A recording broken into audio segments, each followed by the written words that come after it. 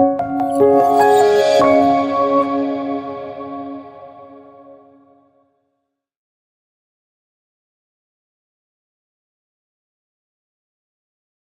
pues a continuación tenemos una pequeña mesa por delante para hablar de uno de los asuntos capitales de este GEM, ¿no? Que es el emprendimiento como herramienta para conseguir la transferencia de valor y la transferencia de conocimiento desde la universidad y los centros investigadores a la sociedad. Bueno, me presento, soy Rafa Bernardo, soy periodista de la cadena SER y llevo el espacio Startupeando, que lleva ya 3 años en antena, en el que se abordan cuestiones de emprendimiento. Han pasado 600 emprendedores por allí, nada menos, ¿no? Para los periodistas es importante un informe GEM porque al final, como os he dicho, es un informe de referencia, ¿no?, en el campo del emprendimiento. Pasamos muchos meses aprovechando los datos, comparándolo con informes anteriores, con otras experiencias, ¿no? En fin, con los datos internacionales después, ¿no?, cuando sale global. Bueno, es un informe, por tanto, clave.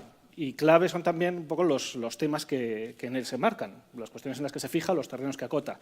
Y en este caso, pues este del que estamos hablando es muy importante y hay 2 monográficos en este informe dedicados a esa cuestión, a esa interacción entre investigación, universidad, emprendimiento. Y para hablar de esos temas, pues claro, hay que hablar con investigadores, con gente que está en la universidad y con gente que está en las empresas. No es una línea divisoria radical, de esto se trata precisamente, ¿no? Pero aquí tenemos pues, una muestra un poco diversa, ¿no?, de este componente. Os digo, están 2 de los coautores de los artículos, las monografías que hay dentro de este GEM sobre este asunto, ¿no? Tenemos a Isabel Neira, de la Universidad de Santiago, que trabajando en este artículo que hay de nivel tecnológico del emprendimiento, ¿no?, en perspectiva internacional. A Isidro de Pablo, Universidad Autónoma de Madrid, en el que del artículo dedicado a las empresas basadas en el conocimiento, ¿no?, y por tanto a esa participación de los investigadores y del personal universitario en iniciativas emprendedoras. Y luego tenemos pues, a 2 personas que son a la vez de la ciencia, ¿no?, y del emprendimiento, porque Marisol Quintero, te dedicas al campo de la investigación en un problema tan importante como el cáncer, ¿no?, con esta compañía en la que estás, Bioncotec, y David Pistoni, Celeros. Te ocupas de temas de transporte, no sé si del futuro próximo, ¿no?, transporte de altas velocidades, eficiente y energéticamente sostenible, ¿no?, y limpio. Entonces, bueno, me gustaría empezar, si queréis, un poco con las monografías. Les hago algunas preguntas y si queda un poco de tiempo después, a lo mejor alguien del público puede hacer alguna pregunta también. Me saco la chuleta, perdonadme. Empezaría, Isabel, contigo. Decíamos que en tu monografía o en tu monográfico de aquí habláis del nivel tecnológico del emprendimiento, ¿no? Estamos por debajo de la media para nuestro nivel de desarrollo tecnológico y de desarrollo económico, ¿no? ¿Qué podemos hacer? ¿Qué recetas podéis? Porque en el informe, en el texto que escribís, detalláis un poco la situación. Pero ¿qué pasos podemos dar? Bueno, pues para ponernos al día. Bueno, la verdad es que el reto que me pones es complicado. Si yo tuviera la varita mágica, supongo que ya sería el ministro de Industria, o la ministra en este caso, pero por dar algunas pautas yo creo que hay que distinguir 2 cosas. Primero, cuando hablamos de tecnología, Iñaki lo ha dicho muy bien, hablamos de empresas que tienen un importante aporte de tecnología. Eso en la OCDE se define como que dedican el 5% de su producción a I+D, que no es exactamente lo mismo que spin-off, startup o EBTs, ¿no?, que es más bien el caso de los que nos acompañan. Entonces, hay como dos cosas importantes. Una de ellas es el emprendimiento universitario de estos jóvenes y no tan jóvenes y equipos investigadores que a través de la universidad sacan adelante proyectos de investigación y empresas. Luego tenemos a un grupo de jóvenes que estudian ingenierías, matemáticas, economía y que el 30% dicen que quieren emprender y que solo emprenden el 5 o el 6. Entonces, algo hacemos mal por el camino porque parece que si la intención emprendedora del universitario es alta, porque luego tan poquitos chicos como este que tenemos aquí a la izquierda consiguen crear su propia empresa. Hay algo que nos falla, ¿no? Entonces, en eso hay muchas políticas. Básicamente, Iñaki lo ha comentado antes, es un tema de cultura, ¿no? La cultura emprendedora y la cultura que tenemos en la universidad. En algunas universidades es alta. Tenemos en Cantabria el CISE, en la mía, la de Santiago, hace muchos años. que é referente en spin-offs o en startup, pero España es grande y entonces hay muchas comunidades autónomas, muchas universidades y no todas son iguales. Eso por una parte. Entonces, los buenos referentes, o como ha comentado el director de Santander Universidades, creo que hay ejemplos y cosas que se pueden hacer y que habría que hacer por todas las universidades españolas, ¿no? Y por otra parte, dejando de lado la universidad, estaría la I+D de la empresa. España no ha sido nunca un país con gran apuesta por el I+D público ni el I+D empresarial, entonces subir ese porcentaje lleva un tiempo. No tenemos un histórico elevado. Tenemos diferencias muy grandes por comunidades autónomas, ¿no? Iñaki hablaba de las diferencias con respecto a Europa, pero es que no es lo mismo el País Vasco que Andalucía, por no poner la mía en el medio, ¿no? Que la gallega, como se puede deducir de mi acento. Hay ejemplos muy buenos en el País Vasco y por no hablar de lo propio, que también los tenemos, con polos de emprendimiento, con polos de innovación.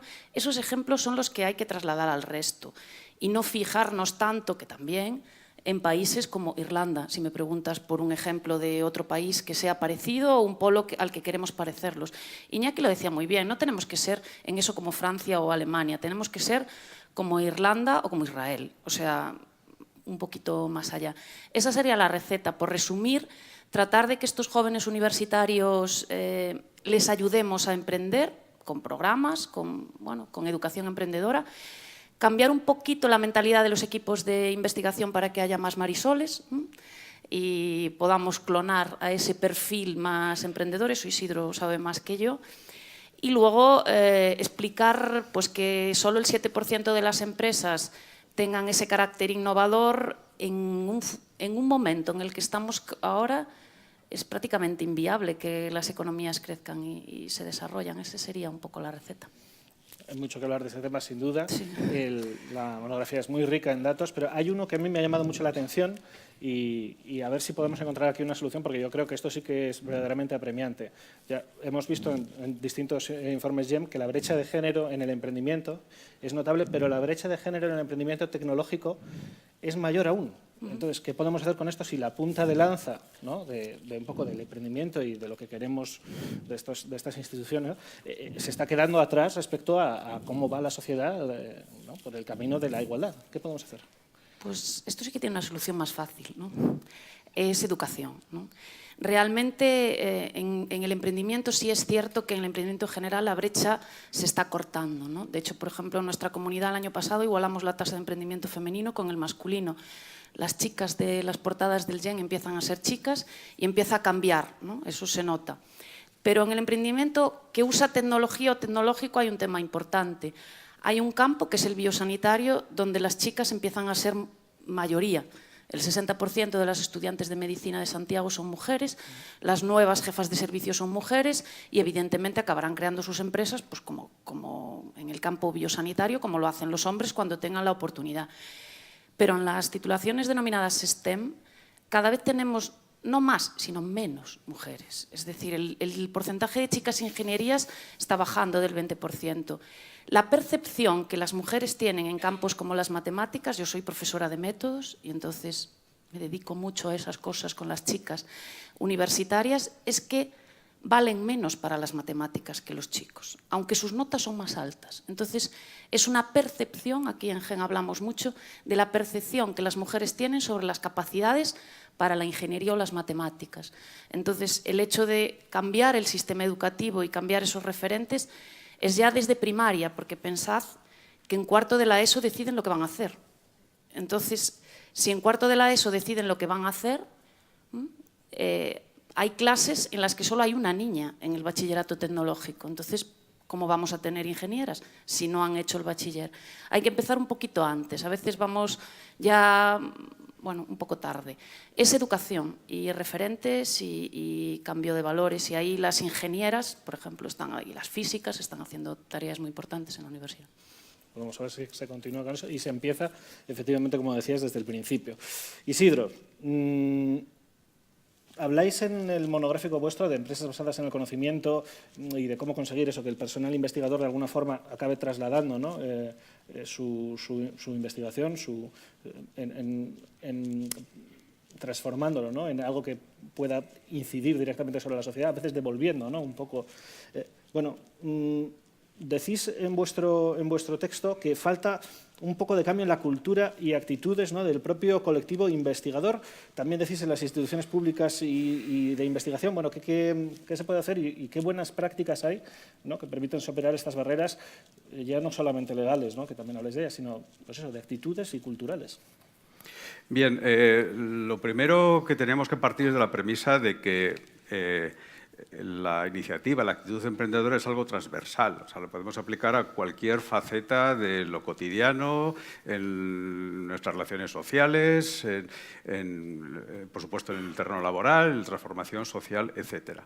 Pero si lo aplicamos al ámbito, digamos, de la investigación y del conocimiento, el germen es la curiosidad.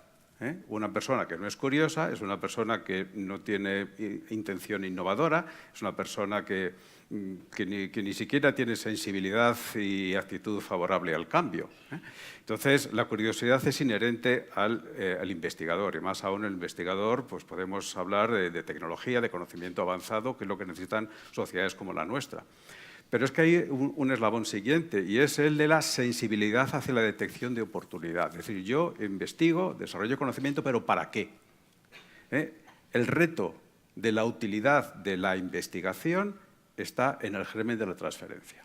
Porque si tú investigas para hacer un paper, investigas para hacer una tesis doctoral y conseguir un título, investigas para llegar a un congreso y conseguir puntos para tu promoción profesional, pues estás consumiendo recursos, estás siendo egoísta y no retornas a la sociedad ni siquiera una fracción de lo que te da.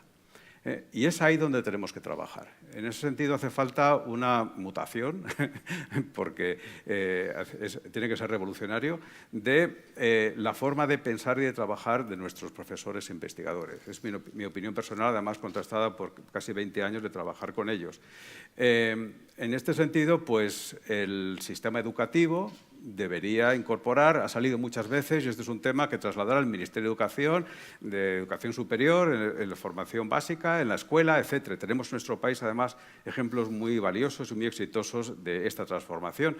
Hay que inseminar la actitud emprendedora en nuestros alumnos, todos los niveles educativos, hacia la detección de oportunidades. De una detección de una oportunidad puede surgir la curiosidad para innovar y encontrar una solución, y a partir de ahí está la oportunidad de generar valor. Ahora, que el conocimiento no solamente se transmite mediante spin-off, empresas de conocimiento, startups o lo que sea, estamos hablando de conocimiento científico.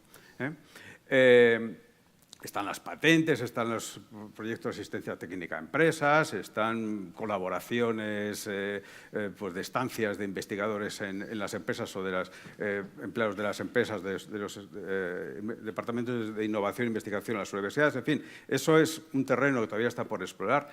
Pero ya, digamos, la creación de una empresa por parte de un investigador es una tarea pues muy compleja, porque se trata de transformar a una persona que inicialmente no tiene vocación ni siquiera de trabajar en una empresa, sino que va a la universidad a investigar, en un emprendedor que lleve una empresa. Por tanto, quizás sean muchos los llamados, pero pocos los elegidos. Entonces, lo que tenemos que diseñar es programas que acompañen a esas personas para que tengan mayores probabilidades de éxito o menores probabilidades de fracaso, según se mire. Y es ahí donde hace falta un cambio en la cultura institucional, porque estamos hablando, desde el punto de vista digamos, del ecosistema que rodea al investigador, estamos hablando de ser capaces de transferir desde el ámbito de lo público una serie de contenidos que tienen un potencial de transformación social al ámbito privado. Esto significa desde normativas, cambio en los criterios de valoración y de promoción de profesorado, Agilidad en digamos, el análisis de oportunidades, porque hay empresas que las he visto que tienen la oportunidad de salir al mercado porque hay un posible cliente y resulta que no se pueden constituir porque un determinado consejo o comisión de la universidad no se ha reunido ni se va a reunir, se sabe cuándo, y se pierde la oportunidad. Eso hay que ser muy ágil. Y luego está, pues, obviamente, todo el tema de la protección y de la vigilancia de la propiedad intelectual, industrial, cómo se gestiona todo eso, que tiene como consecuencia un proceso paralizante, el que probablemente vosotros tendréis algo que comentar, y que acaba en muchas ocasiones pues desanimando a estos emprendedores. Y, por supuesto, está digamos, la encrucijada en la que se encuentra un investigador. Yo voy a la universidad para investigar. Resulta que encuentro algo que puede ser transferible al mercado por la vía de la empresa. Pero la institución ni el sistema público me ayuda. Sin embargo, mi oportunidad de promocionarme y de asegurar mis lentejas está en seguir haciendo lo que estaba haciendo. Consecuencia, coste de oportunidad social, económico, empleo, etcétera. Por tanto, es muy importante que seamos capaces de transformar nuestro sistema educativo, nuestros modelos de transferencia. Hay ejemplos por ahí importantes, hay que aprender de ellos, pero tenemos que desarrollar cada universidad el suyo. Eso es fundamental para realmente dinamizar todo este proceso. Lo dices en el texto y lo has dicho un poco ahora, ¿no? El investigador, cuando entra en su carrera, lo que quiere es desarrollarla, pues, en ese campo, ¿no? Y dices que hay veces que, bueno, pues, que los equipos investigadores casi se parten a veces, ¿no? Entre los que siguen investigando y los que lo aterrizan, ¿no? Un poco empresarialmente. ¿Se puede juntar en una única figura un personaje del Renacimiento que a la vez investigue, desarrolle? No se puede. Cada uno es bueno en lo suyo. Nosotros estamos encontrando de facto, y luego ya a partir del aprendizaje lo inducimos en mi universidad, pues el modelo por el que te puedes encontrar un equipo de investigación, un grupo de investigación en un departamento, que genera una serie de, digamos, de conocimientos, patentes, procesos, etcétera, y quien lo lleva al mercado o quien está mejor preparado para llevarlo al mercado son los investigadores junior, que muchas veces no tienen oportunidad de consolidar una plaza de funcionario en las estructuras de investigación.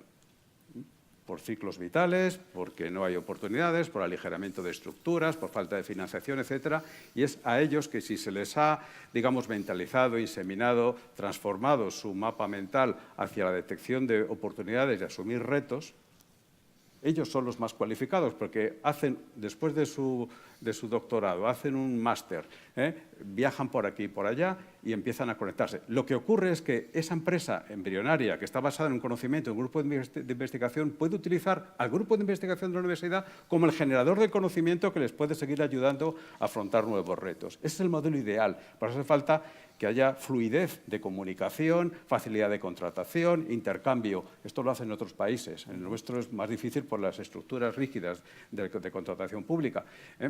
Pero eso es lo que tenemos que aprender, porque no hay nada nuevo bajo el sol. Pues, bueno, vamos a pasar a hablar un poco de cómo se hace este juego, ¿no? Entre público y privado, investigación y empresa. Marisol Quintero, habíamos hablado, si quieres, danos una pincelada de lo que hacéis en Bioncotec para que sepamos qué estáis haciendo en esta lucha contra el cáncer, ¿no? Bueno, nosotros desarrollamos un medicamento en oncología, más concretamente en el área de la inmunooncología, que está ahora muy en auge. Lo que hacemos es activar el sistema inmune de los pacientes oncológicos para que sean capaces de reconocer las células tumorales y las destruyan, ¿no? Eso es un poco lo que resume el mecanismo de acción.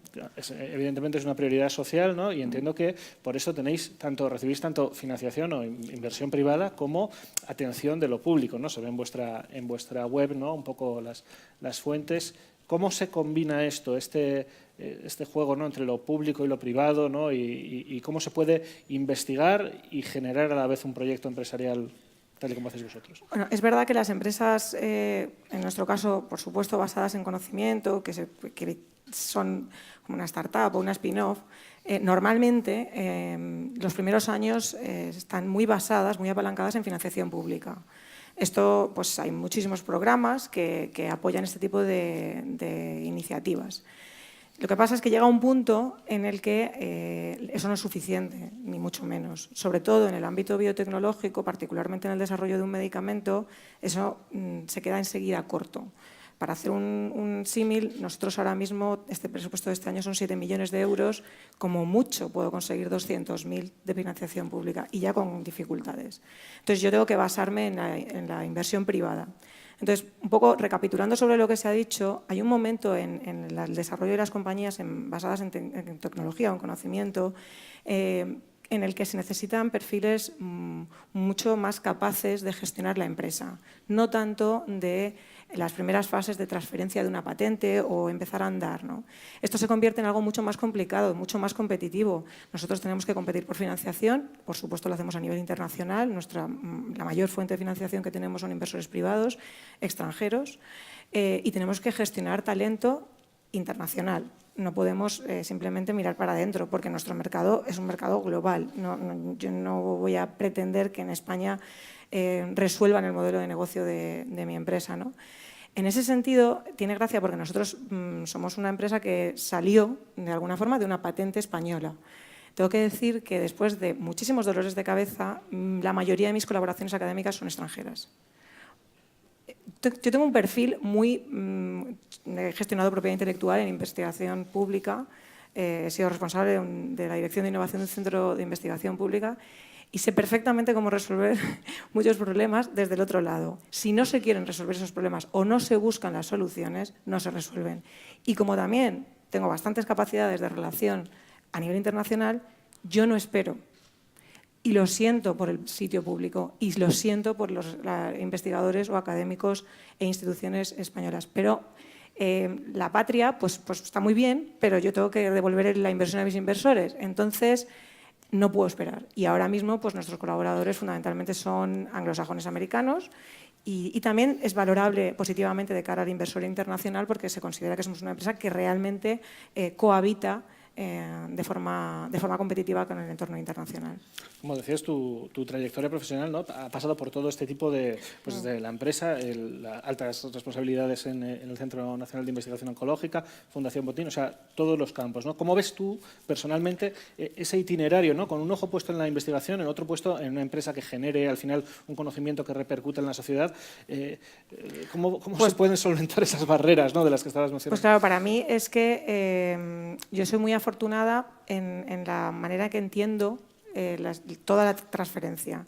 Y creo que gracias a mi formación, experiencia y contactos, he sido capaz de llevar la empresa a un estadio mucho más consolidado que una persona que no tiene todo ese bagaje. Entonces, esto, claro, yo reincido, es verdad, la educación es crítica y la verdad, yo no veo a un profesor universitario o a un catedrático gestionando una empresa, no tanto porque no pueda hacerlo, es que no va a querer. Y salvo que acabe en una situación muy desafortunada, se lo va a plantear en serio. Yo tengo un MBA, no es una tontería el conocimiento que hace falta y la experiencia que hace falta desarrollar. También soy doctora, o sea, pero son dos puntos. Dicho eso, ahora mismo nosotros tenemos nuestro propio equipo de investigadores. Nosotros tenemos 5 personas trabajando en el laboratorio y tengo que decir que 3 científicos los he rescatado del paro. Yo he rescatado personas con un perfil de mayores de 45 años, 20 años de formación científica del paro. Ahora, son excelentes. Nosotros competimos muy bien, pero esa gente se ha quedado en el paro. Entonces, si no fuera porque nosotros estamos ahí, entonces, ¿qué sucede? Que nosotros entendemos perfectamente dónde está el conocimiento en España, somos amigos de muchísimos de los investigadores, nuestra cartera de colaboradores son la mayoría de ellos oncólogos. Es nuestro día a día, pero claro, si se pretende que una empresa de 2 chavales jóvenes llegue a sobrevivir con un entorno tan competitivo, con unas necesidades de inversión tan altas, con un entramado tan complicado como es la gestión de conocimiento y tiempos de incubación tan largos, pues lo normal es que no les salga bien. O sea, hay casos, pero es muy difícil consolidar este tipo de empresas. Entonces, a mí lo que me lleva a pensar es que hay que tratar de no solo crear, sino luego consolidar estas empresas que son las que van a llevar a mayor riqueza, mayor generación de empleo y bueno, pues que reviertan sobre todo. Una cosa que me gustaría destacar es, nosotros tenemos un apoyo tremendo de la población. El año pasado se hizo público el estudio clínico que desarrollábamos en 2 instituciones, una pública y otra privada en España, y los pacientes van con los recortes de prensa a los médicos y les dicen: inyécteme esto, yo quiero participar del desarrollo de esta empresa, porque realmente es genuino que se trate de apoyar a una empresa incipiente o no tan incipiente a que consiga desarrollar el proyecto. O sea, hay muchísimo apoyo social, aparte de público desde las instituciones, pero de la población. Y eso ha sido, para nosotros hemos tenido tasas de reclutamiento que, vamos, ninguna multinacional farmacéutica las tiene, con unos costes muy bajos, por otra parte. Y ha sido una de las razones por las que hemos podido dar un salto el año pasado y estamos donde estamos. Está claro que hay algo roto en el sistema, ¿no? Si pasan este tipo de cosas entre el paro, en la investigación puntera... El tema de brecha de género también no entramos, sí. Pero en nuestro caso eso es otra cosa. No hay mejor antídoto que dar ejemplo. Nosotros hasta el año pasado éramos todas mujeres. Este año ya tengo algún hombre.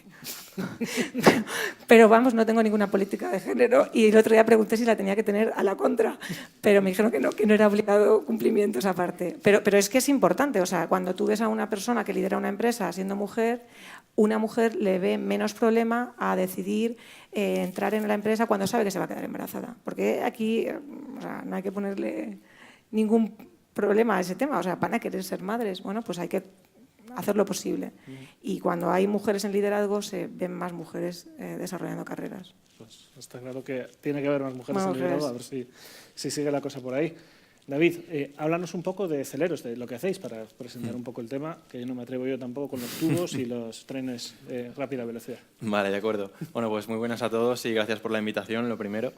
Y bueno, comentaros un poquito nuestro caso. Nosotros empezamos como un equipo universitario en la Politécnica de Valencia, que participamos en una competición que organizaba Elon Musk desde Estados Unidos para lanzar un nuevo medio de transporte llamado Hyperloop, que consiste en un tren dentro de un tubo donde no hay fricción ni por rozamiento ni por el aire que hay dentro porque lo extraemos.